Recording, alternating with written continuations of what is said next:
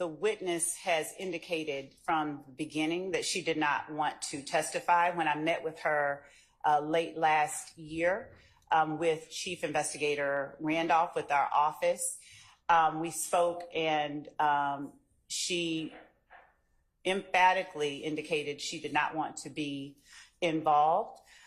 We told her that we had to, this is what we have to do. She indicated that Mr. Anderson, who is her child's father, was the way that she said initially, she started off with, I blocked everything out from then. I blocked everything out. And I said, okay, let me just start off with the fact that I'm sorry that all of this has happened to you. And then she said, I've been in a bad place. I went to prison. I learned my mother was sick, terminally ill while I was in prison. The year after I was released from prison, my mother died the day after my birthday. And there have been times when I didn't want to go on, but I have these 3 boys, so I have to go on. We talked about herself, her family. She indicated that when I spoke with her and said, let me just say, I asked her whether anyone ever contacted her following the 2013 robbery by the defendant Williams and Mr. Murphy. She said no one had ever spoken with her, that we were the first ones that spoke with her about that. She said, I said to her, well, I suppose, and I was remembering differently than what the report read. I said, I suppose that's because the officer said that they called you and apologized and gave you your stuff back. She said, what officer said that? When did they give me my stuff back? I said, this is what I think I remember from the report. We had it seemed amicable kind of interaction. She agreed to meet with us again as time went on, if we needed to, when we needed to. Later, as it grew closer to the time that she needed to appear in court, she came here for court. Earlier this year, I went outside to talk with her again. I had reached out to her by various means between that time and the time I first met with her. When I sat down to talk with her, she said, I want to take my life, essentially. And I asked her, what had happened, why? She said, you're making me feel that way. So I left. I walked away from her and called in an advocate, and our lieutenants, our investigators were called. They then called an ambulance. She indicated that she did not need an ambulance. After meeting her the next time, most recently, we were trying to reach her to appear on March the 26th. We reached out to her several times. She did not appear on March the 26th. One of our lieutenants reached out and said, we don't want to have to get a material witness warrant for you, but, you have to answer our calls. We then came to, we secured a material witness warrant. In the meantime, after that had been secured, she texted our office and said that she was in the hospital, but we had eyes on her home. Her car didn't leave the driveway. So officers went into her home, went to her home and executed a material witness warrant for her arrest on yesterday. She was taken into custody yesterday. She was not happy. And as a result of that, Your Honor, I also wanted to bring to the court's attention, as far as what she will say when she comes in here, there is no privilege to be invoked. So I know she does not want to be in jail. She has made, I'll call them savory comments as to what can be done to her. She she's not a fan of our office, and that's where we are. Additionally, Your Honor, as a result of all of those facts, I wanted to just point out, I don't know if she's going to be cooperative. I don't know if she's going to be hostile, but I've printed out for the court's consideration and copies for counsel of questions. I may have to ask her questions that are closed-ended. They will be maybe one-word answers or closed-ended questions. Those have tended to garner objections, but I just have case law that says a question that requires a yes or no answer is not a leading question. A leading question is a question not suggesting the desired answer is not leading, where it inquires only into a single fact. That's Milner, M-I-L-N-E-R versus the state, 258 Georgia App 425. Wiggins versus the state, 338 Georgia App 273 is a 2016 case. The Wiggins is 338 Georgia App 273, which states a question is not open to the objection that it is leading when it does not suggest the answer desired. So the court found that questions such as, now, would she actually hold your hand during this time? And now, did he ever get his private part inside your vagina? That they did not suggest the answer desired. That the questions, in fact, did inquire into only a single fact, but because they did not suggest the answer desired, the questions were not leading. The court also cited cases wherein the question, was any money demanded of you, was argued as leading by an appellant. The court said that was not a leading question. And allowing a prosecutor to ask a 14-year-old witness, did you see the defendant with a gun, was also not a leading question. And as to that issue, the last case that the state has for the court's consideration is Burden. That's B-U-R-D-E-N versus the state, 332 Georgia App at 811. That's a 2015 case, which also says a question is not open to the objection that it is leading when it does not suggest the answer, but only inquires into a single fact. They cited Milner for that assertion on the court's part. So, Your Honor, I do anticipate asking closed-ended questions as opposed to more open-ended questions, but unless the witness proves herself hostile, we won't need to lead. If, however, she does prove herself hostile, the state is prepared to ask the court for permission to treat her as such, and we have the cases for that as well. And I would point the court's attention to ISA, spelled I-S-S-A, versus the state. When was that decided? 2017. There's some more recent cases. I thought Brown versus the state, 314 Georgia 193. We have that as well. Okay. Thank you. All right. So we are not at this point asking that she be treated as a hostile. We need to see what she says. And right.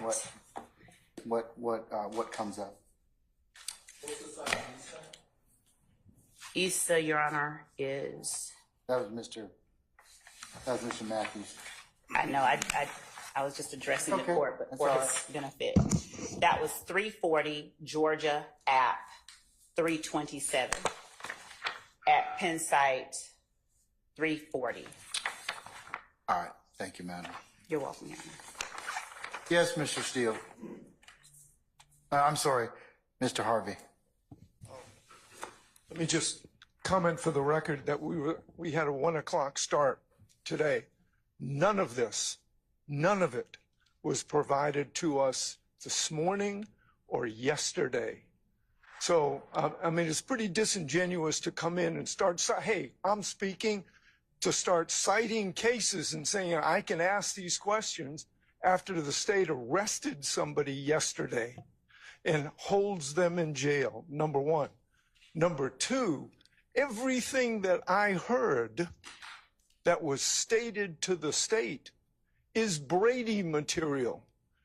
The person's mental state, what she said, the statement that was given, none of which we were given that I know of. So and number three, I do object to the public not being able to see this witness under the authorities that we have already provided to the court and argued previously. So number one, I don't think this witness should be shielded from the public. We have been provided with nothing to verify that she is in any particular danger that would overcome the Sixth Amendment openness provision of this particular trial. Number two, I would like that Brady material and a chance to digest that with my co-counsel prior to this witness testifying. So I object on all of those bases. Your Honor, if I may respond briefly to the assertion by Mr. Harvey that not showing her face on camera is a violation of their Sixth Amendment rights. This court has made these proceedings open to the public. The court streams these proceedings via Zoom down to another courtroom. What the defendants do not have is the right to dictate where media, who is filming for the rest of the world, places its camera. The camera has been focused on defendants at various times, solely focused on defendants at various times during these proceedings. They have absolutely no right to dictate where the camera is pointed, and certainly not to tell this court what to allow or not to allow to be filmed in this courtroom. Also, Your Honor, on February the 6th, 2024, Mr. Uhelski provided to this honorable court and co-counsel as well as the media proposed orders on the state's limitation for recording, and indicated in that email that entry of the proposed order would not implicate, let alone infringe, any defendant's Sixth Amendment right. No constitutional provision guarantees a right to televise trials. The public trial guarantee of the Sixth Amendment, which reflects a concept fundamental to the administration of justice in this country, certainly does not require that television even be admitted into the courtroom. A public trial implies only that the court must be open to those who wish to come, sit in the available seats, conduct themselves with decorum, and observe the trial process. It does not give anyone a concomitant right to photograph, record, broadcast, or otherwise transmit the trial proceedings to those members of the public not present. That is Estes versus Texas, 381 U.S. 532 at Penn Site 588 through 589. So, Your Honor, one, as it relates to an asserted Sixth Amendment right to have any witness have their face broadcast all over the world, there is no such right. And number two, I disagree wholeheartedly with Mr. Harvey. We have provided this witness's name, information. Mr. Harvey has not made any indication whether he sought to speak with her. These statements that she made to me are very much more inculpatory rather than exculpatory. Brady is exculpatory. She never once even suggested that the defendants on trial, specifically Jeffrey Williams, did not come to her house with Walter Murphy and his brother, while the defendant Williams' brother put a gun to her head. She said that I asked her whether or not the defendant Williams and her child's father, before this point in time, whether they were actually friends, whether they had been hanging out. She said yes. but she said, you know, she did not want to be involved in this. She is just like every other witness. There is no recording that we have received from this witness that we are obligated to turn over. The fact that we are having her brought out in handcuffs that I am announcing to the court after her arrest yesterday, as well as counsel for the defendants, that this is the case, and just goes against, flies in the face of the assertion that there's something being withheld from the defendants. All right. Anything else, Mr. Harvey, before I allow some of your other colleagues to? Yes, I think the court has been provided with a number of authorities that defendants have a Sixth Amendment right to an open in public trial. That's not even debatable at this particular point in our jurisdiction. Our cameras are in the courtroom at this point in time. The question is safety of the witness and the like. Nothing, not a thing. Well, I disagree with Mr. Harvey, so I'm going to overrule your objection. Do you have anything else, sir? All right, well, for the record, I have not heard one factual basis, not a scintilla of evidence or a proffer that this person has been threatened or is in danger in any way that would overcome Mr. Nichols and all these gentlemen's Sixth Amendment rights. Okay, sir. Thank you. Anything else? Two, impeachment evidence is Brady. Someone who says, I don't remember something now, that's impeachment. A person who— Did you seek to interview the witness? You've had the witness's availability for almost 3 months. So you could have gone and interviewed the witness and gotten this particular evidence yourself. That has nothing to do with whether the state has an obligation, a constitutional obligation, to provide everybody with exculpatory impeachment or giglio material under the United States Constitution, under the Constitution of the state of Georgia. And the fact that they interviewed them, this person, and that material is useful for impeachment, that is and falls under Brady. And so we're entitled to it. And we're entitled to it before the 1 o'clock when the witness is about to get on the stand in a jail uniform, which is the fault of the state, not us. I don't think so, Mr. Harvey. That had the witness decided to just honor the subpoena, then a material witness warrant wouldn't be necessary. So that's a choice of the witness. Your Honor, let her finish, and then we'll go ahead. Your Honor, additionally, when she was taken into custody, as I told the court, the witness, when I spoke to her, told us that I made her want to end herself. She accused us of harassing her, harassing her. So there's that. All right. Just briefly. Yes, absolutely. I just want to point out to the court the order entered by this court related to the videoing of witnesses. The order that was entered by the court— She's going to be videoed. She just won't be shown. They just asked that their face not be shown. The order that Mr. Uhalski prepared and the court signed says that the witness or state may request that only audio of their testimony be recorded, in addition for any specific alleged victims for whom there are legitimate security concerns that can be substantiated by the victim or the state. The victim or state may request limited identifying of the witness. So I'm not sure that there have been legitimate security concerns substantiated by the state. Ms. Your Honor, I will point out Ms. Love. that this witness is now in custody at the Fulton County Jail. We have endured weeks of testimony from a witness whose face was shown, who provided outbursts during court as a result of what happened when it was made public that he was coming in to testify, even when he chose to recall nothing.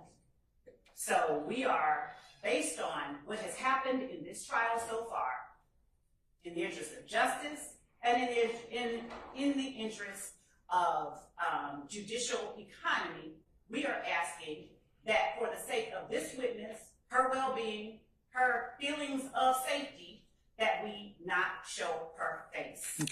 And Your Honor, I still do not hear legitimate security concerns that are particular to this witness.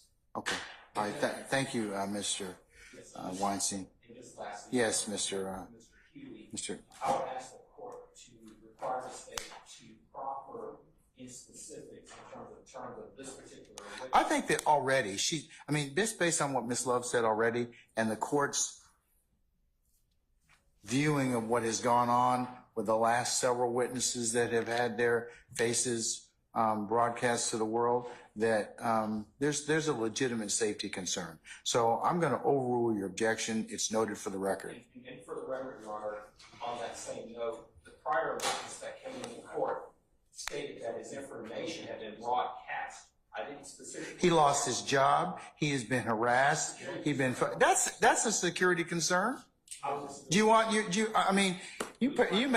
may want your phone number handed out because it's business to you, but for some people, he lost a job. But losing your job is not a security concern, Your Honor. That's an employment concern. Well, Respectful. I disagree. Given everything that this witness told us the last witness who testified, the court will disagree with your analysis. And I think that's a slippery slope, Your Honor, because now any witness, based upon the last witness, can come into court and state. No, that's not true, Mr. Matthews. It's based upon what the witness endures on the stand and the collateral consequences to that. So I'm going to disagree with you respectfully.